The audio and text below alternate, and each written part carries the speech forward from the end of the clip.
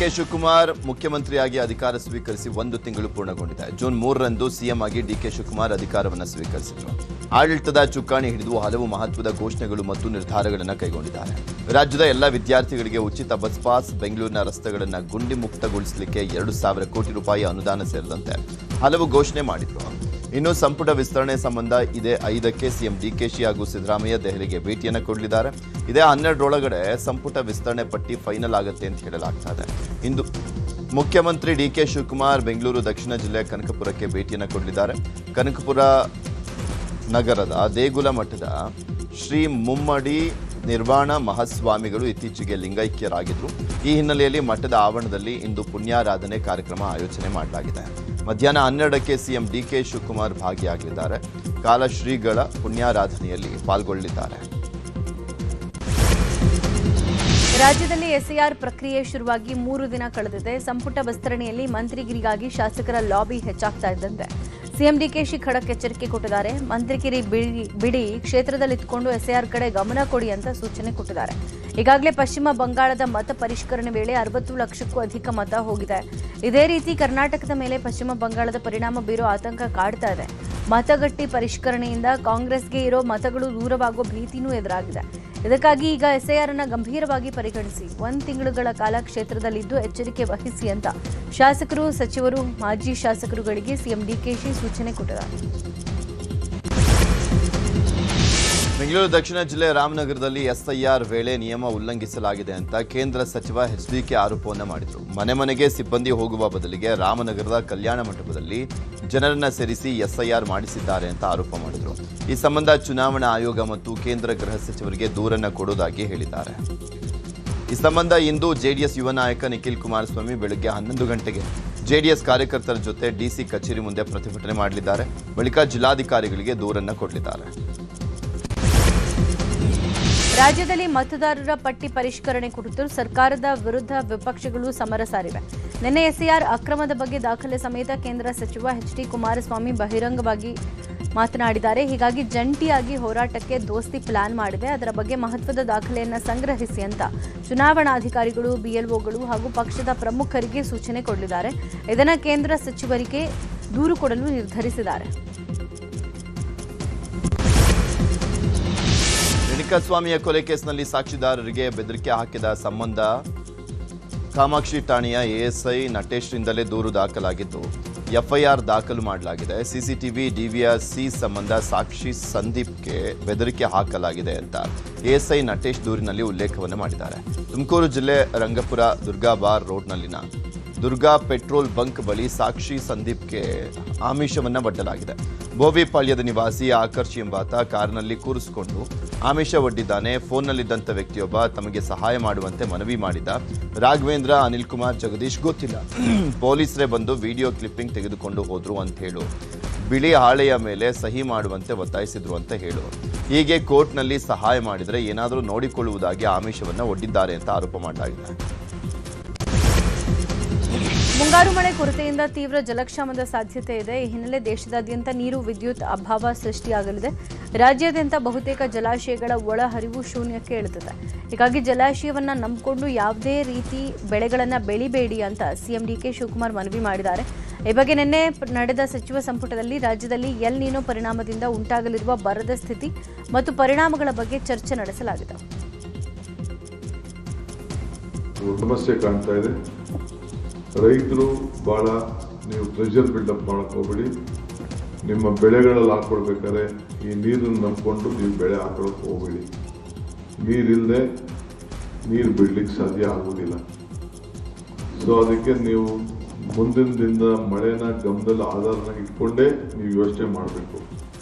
So ಎಲ್ಲರಿಗೂ ನಾನು ಹೇಳ್ತಾ ಇದ್ದೀನಿ, ಡ್ಯಾಮ್ಗಳು ಸೀದಾಗೆ ಫಿಲ್ ಆಗಬೇಕಾಗುವವರೆಗೂ ಕೂಡ ನೀವು ಬೆಳೆಗಳ ಬಗ್ಗೆ ನೀವು ಆಲೋಚನೆ ಮಾಡಕ್ಕೆ ಹೋಗಬೇಡಿ.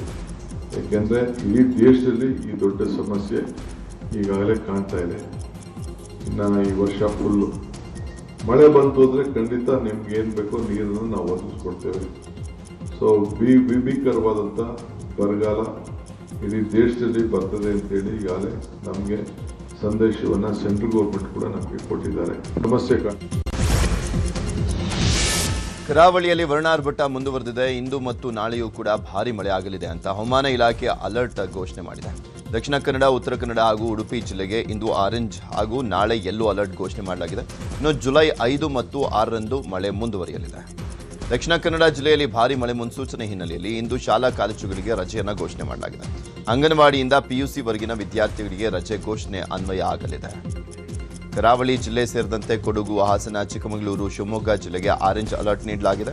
ಧಾರವಾಡ ಹಾಗೂ ಬೆಳಗಾವಿ ಜಿಲ್ಲೆಗಳಿಗೆ ಹವಾಮಾನ ಇಲಾಖೆ ಯೆಲ್ಲೋ ಅಲರ್ಟ್ ಅನ್ನು ಘೋಷಿಸಿದೆ. ಕರಾವಳಿಯಲ್ಲಿ ಮಳೆ ಆಗ್ತಾ ಇದ್ರೆ ಇತ್ತ ಕಲ್ಯಾಣ ಕರ್ನಾಟಕ ಭಾಗದಲ್ಲಿ ಬರದ ಛಾಯೆ ಆವರಿಸಿದೆ. ಬೀದರ್ ಜಿಲ್ಲೆಯಲ್ಲಿ ಮಳೆ ಇಲ್ಲದೆ ರೈತರು ಕಂಗಾಲಾಗಿದ್ದಾರೆ. ಜಿಲ್ಲೆಯಾದ್ಯಂತ ವಾಡಿಕೆಗಿಂತ 40% ಮಳೆ ಕಡಿಮೆ ಆಗಿದ್ದು ಬರಗಾಲ ಘೋಷಿಸುವಂತೆ ರೈತರು ಒತ್ತಾಯ ಮಾಡಿದ್ದಾರೆ.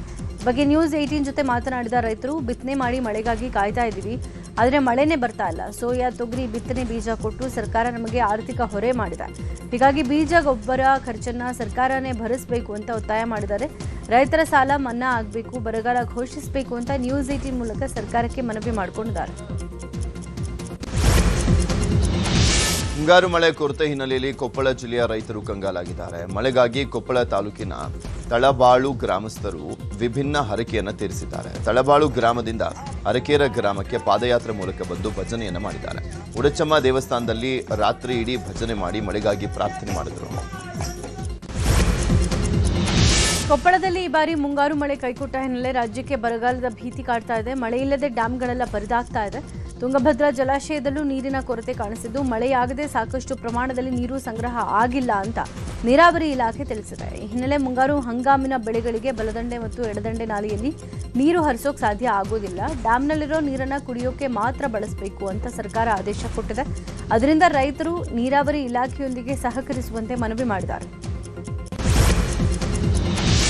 ಮುಂಗಾರು ಮಳೆ ಕೈಕೊಟ್ಟಂತ ಹಿನ್ನೆಲೆಯಲ್ಲಿ ಭದ್ರಾ ಜಲಾಶಯ ಕೂಡ ಬರಿದಾಗ್ತಾ ಇದೆ. ಈ ಹಿನ್ನೆಲೆಯಲ್ಲಿ ಭದ್ರಾ ಬಲದಂಡೆ, ಎಡದಂಡೆ ನಾಲೆಗೆ ನೀರನ್ನು ಹರಿಸಲಿಕ್ಕೆ ಸಾಧ್ಯವಿಲ್ಲ ಅಂತ ಕರ್ನಾಟಕ ನೀರಾವರಿ ನಿಗಮ ಪ್ರಕಟಣೆಯನ್ನು ಹೊರಡಿಸಿದ್ದು ಅನ್ನದಾತರಿಗೆ ಶಾಕ್ ಕೊಟ್ಟಿದ್ದಾರೆ.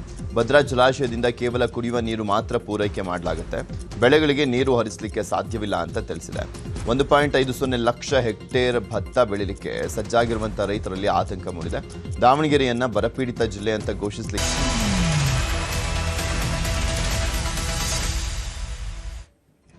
Welcome back. ಉಳಿದ ಸುದ್ದಿಗಳನ್ನು ಒಂದೊಂದಾಗಿ ನೋಡ್ತಾ ಹೋಗೋಣ. ಕುಡಿಯುವ ನೀರಿಗಾಗಿ ಆಗ್ರಹಿಸಿ ವಿಜಯಪುರ ಜಿಲ್ಲೆ ಸವನಹಳ್ಳಿ, ಹೊನಗನಹಳ್ಳಿ ಗ್ರಾಮಸ್ಥರು ಗ್ರಾಮ ಪಂಚಾಯಿತಿ ಕಚೇರಿಗೆ ಮುತ್ತಿಗೆ ಹಾಕಿ ಪ್ರತಿಭಟಿಸಿದರು. ಗ್ರಾಮದಲ್ಲಿ ಕಳೆದ ಹಲವು ದಿನಗಳಿಂದ ಸರಿಯಾಗಿ ನೀರು ಪೂರೈಕೆ ಮಾಡ್ತಾ ಇಲ್ಲ. 15 ದಿನಕ್ಕೊಮ್ಮೆ ನೀರನ್ನು ಬಿಡಲಾಗ್ತಾ ಇದೆ.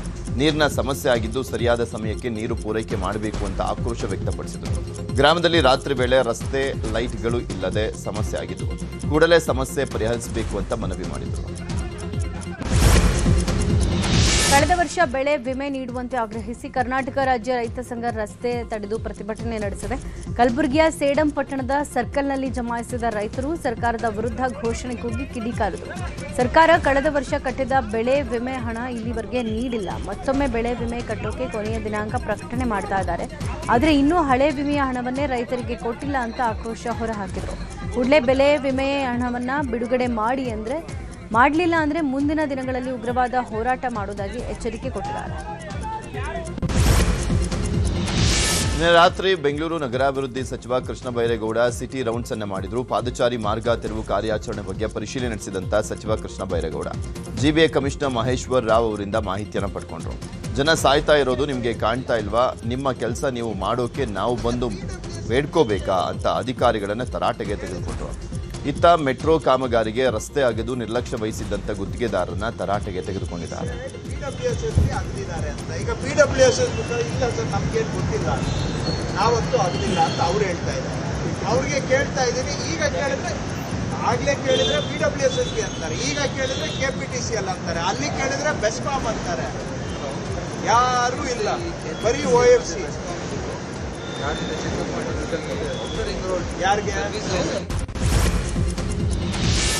ಆಳಂದದ ಲಾಡ್ಲೆ ಮಶಾಕ್ ದರ್ಗಾ ಗಲಭೆ ಸಂಬಂಧಪಟ್ಟಂತೆ 52 ಕ್ರಿಮಿನಲ್ ಪ್ರಕರಣಗಳನ್ನು ಹಿಂಪಡೆಯೋಕೆ ರಾಜ್ಯ ಸರ್ಕಾರ ಕೈಗೊಂಡಿದ್ದ ನಿರ್ಧಾರಕ್ಕೆ ಹೈಕೋರ್ಟ್ ಮಧ್ಯಂತರ ತಡೆ ಕೊಟ್ಟಿದೆ.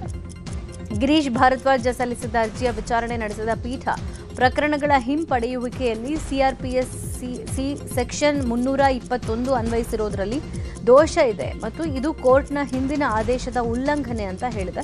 ಮೇ 22ರಂದು ತೆಗೆದುಕೊಂಡಿದ್ದ ಸಿದ್ದರಾಮಯ್ಯ ಸರ್ಕಾರದ ಈ ನಿರ್ಧಾರಕ್ಕೆ ಬಿಜೆಪಿ ತೀವ್ರ ಆಕ್ರೋಶ ವ್ಯಕ್ತಪಡಿಸಿತ್ತು. ಈಗ ಹೈಕೋರ್ಟ್ನ ಈ ತಡೆ ಆದೇಶದಿಂದಾಗಿ ಸರ್ಕಾರಕ್ಕೆ ಮುಖಭಂಗ ಆಗಿದೆ. ಹಾವೇರಿಯ ರಟ್ಟಿಹಳ್ಳಿಯಲ್ಲಿ 4 ಯುವಕರಿಂದ ಬೀದಿ ಬದಿ ವ್ಯಾಪಾರಿ ಕೊಲೆ ಪ್ರಕರಣದ ಕುರಿತು ಮುಸ್ಲಿಂನ 3 ಯುವಕರನ್ನ ಬಂಧಿಸಲಾಗಿದ್ದು, ಉಳಿದ ಮತ್ತೊಬ್ಬ ಆರೋಪಿಗೆ ಪೊಲೀಸರು ಬಲೆ ಬೀಸಿದ್ದಾರೆ. ಈ ಕುರಿತು ಮಾಜಿ ಸಚಿವ ಬಿಸಿ ಪಾಟೀಲ್ ಸರ್ಕಾರದ ವಿರುದ್ಧ ಆಕ್ರೋಶವನ್ನು ವ್ಯಕ್ತಪಡಿಸಿದ್ದಾರೆ. ಕೊಲೆಗೆ ಕಾರಣರಾದವರ ವಿರುದ್ಧ ಕಠಿಣ ಕ್ರಮ ಜರುಗಿಸಬೇಕು, ಮೃತರ ಕುಟುಂಬಕ್ಕೆ ಸರ್ಕಾರ 50 ಲಕ್ಷ ಪರಿಹಾರವನ್ನು ಕೊಡಲಿ ಅಂತ ಆಗ್ರಹಿಸಿದ್ದಾರೆ. ಇನ್ನು ನರೇಗಲ್ನಲ್ಲಿ ಘಟನೆ ಬಗ್ಗೆಯೂ ಕೂಡ ಮಾತನಾಡಿದಂಥ ಬಿಸಿ ಪಾಟೀಲ್ ಈ ರೀತಿ ಘಟನೆ ನಡೆಯದಂತೆ ಸರ್ಕಾರ ಎಚ್ಚೆತ್ತುಕೊಳ್ಬೇಕು ಅಂತ ಆಗ್ರಹಿಸಿದರು.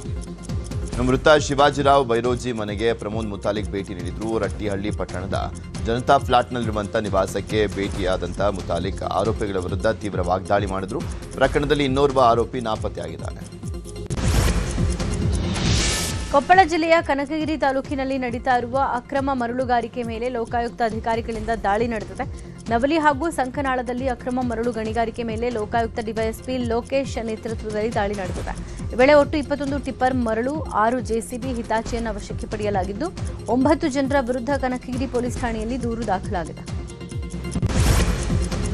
ಮಾರುಕಟ್ಟೆಗೆ ಮಾವು ರವಾನೆ ಮಾಡ್ತಾ ಇದ್ದಂಥ ಟ್ರ್ಯಾಕ್ಟರ್ ಪಲ್ಟಿಯಾಗಿ ಚಾಲಕನಿಗೆ ಗಾಯಗಳಾಗಿರುವಂಥ ಘಟನೆ ಕೋಲಾರ ಜಿಲ್ಲೆ ಶ್ರೀನಿವಾಸಪುರ ತಾಲೂಕಿನ ದೊಡ್ಡಮಲದೊಡ್ಡಿ ಗ್ರಾಮದ ಬಳಿ ನಡೆದಿದೆ. ನಾರಾಯಣಸ್ವಾಮಿ ಎಂಬುವರು ಟ್ರ್ಯಾಕ್ಟರ್ನಲ್ಲಿ ಮಾವು ರವಾನಿಸುತ್ತಿದ್ದಾಗ ದೊಡ್ಡಮಲದೊಡ್ಡಿ ರಸ್ತೆ ಬದಿಗೆ ಟ್ರ್ಯಾಕ್ಟರ್ ಆಯತಪ್ಪಿ ಬಿದ್ದಿದೆ. ಬೆಂಗಳೂರಿನ ಕಾಟನ್ಪೇಟೆ ಬಳಿ 2 ಅಂತಸ್ತಿನ ಕಟ್ಟಡ ವಾಲಿ ಆತಂಕ ಸೃಷ್ಟಿ ಮಾಡಿತು. ವಾಲಿದ 2 ಅಂತಸ್ತಿನ ಕಟ್ಟಡದ ತೆರವು ಕಾರ್ಯಾಚರಣೆ ಪೂರ್ಣಗೊಂಡಿದೆ. ಅದೃಷ್ಟವಶಾತ್ ಯಾವುದೇ ಪ್ರಾಣಾಪಾಯ ಸಂಭವಿಸಿಲ್ಲ. ಮಾಹಿತಿ ತಿಳಿದ ಕೂಡಲೇ ಸ್ಥಳಕ್ಕೆ ದೌಡಾಯಿಸಿದ ಪೊಲೀಸರು ಹಾಗೂ ಅಗ್ನಿಶಾಮಕ ಸಿಬ್ಬಂದಿ ಓರ್ವ ವ್ಯಕ್ತಿಯನ್ನು ರಕ್ಷಣೆ ಮಾಡಿದ್ದಾರೆ. ಕೋಲಾರ ಜಿಲ್ಲೆಯ ಶ್ರೀನಿವಾಸಪುರ ತಾಲೂಕಿನಲ್ಲಿ ಮಾವು ಸುಗ್ಗಿ ಆರಂಭವಾಗಿದ್ದು ಪ್ರತಿನಿತ್ಯ ಟ್ರಾಫಿಕ್ ಜಾಮ್ನಿಂದಾಗಿ ವಾಹನ ಸವಾರರು ಪರದಾಟವನ್ನು ಮಾಡ್ತಿದ್ದಾರೆ. ಶ್ರೀನಿವಾಸಪುರ ಚಿಂತಾಮಣಿ ರಸ್ತೆ ಬದಿಯಲ್ಲೇ 3 ಚೆಕ್ ಪೋಸ್ಟ್ಗಳನ್ನು ಮಾವು ಮಾರಾಟಕ್ಕಾಗಿ ತೆರೆಯಲಾಗಿದೆ. ಆದರೆ 3 ರಸ್ತೆಗಳಿಂದಲೂ ಕೂಡ ಮಾವಿನಕಾಯಿ ಹೊತ್ತು ಟ್ರ್ಯಾಕ್ಟರ್ಗಳು ಕಿಲೋಮೀಟರ್ ಗಟ್ಟಲೆ ನಿಲ್ತಾ ಇತ್ತು. ಇತರೆ ವಾಹನ ಸವಾರರು ಟ್ರಾಫಿಕ್ ಜಾಮ್ನಲ್ಲಿ ಸಿಲುಕಿ ಪರದಾಟವನ್ನು ಮಾಡ್ತಿದ್ದಾರೆ. ಈಗಾಗಲೇ ಟ್ರಾಫಿಕ್ ನಿಯಂತ್ರಣಕ್ಕೆ ಪೊಲೀಸ್ ಸಿಬ್ಬಂದಿಯನ್ನ ನೇಮಕ ಮಾಡಿದ್ದರೂ ಕೂಡ ಪ್ರಯೋಜನ ಆಗ್ತಾ ಇಲ್ಲ. ಮಾವಿನ ಟ್ರ್ಯಾಕ್ಟರ್ಗಳ ನಿಲುಗಡೆ ಬದಲಿಸುವಂತೆ ವಾಹನ ಸವಾರರು ಆಗ್ರಹಿಸಿದ್ದಾರೆ. Welcome back. ಉಳಿದ ಸುದ್ದಿಗಳನ್ನು ಒಂದೊಂದಾಗಿ ನೋಡ್ತಾ ಹೋಗೋಣ. ಬೆಳಗಾವಿ ಜಿಲ್ಲೆಯ ಖಾನಾಪುರ ತಾಲೂಕಿನ ಕಕ್ಕೇರಿ ಗ್ರಾಮದಲ್ಲಿರುವಂತಹ ಅಂಗನವಾಡಿ ಕೇಂದ್ರ ಸಂಖ್ಯೆ 4ರ ಕಟ್ಟಡ ಶಿಥಿಲಾವಸ್ಥೆಗೆ ತಲುಪಿದೆ. ಕಳೆದ ಸುಮಾರು 7-8 ತಿಂಗಳಿಂದ ಅಂಗನವಾಡಿ ಕೇಂದ್ರವನ್ನು ಸರ್ಕಾರಿ ಪ್ರಾಥಮಿಕ ಆರೋಗ್ಯ ಕೇಂದ್ರದ ವಸತಿ ಗೃಹದಲ್ಲಿ ನಡೆಸಲಾಗ್ತಾ ಇದೆ.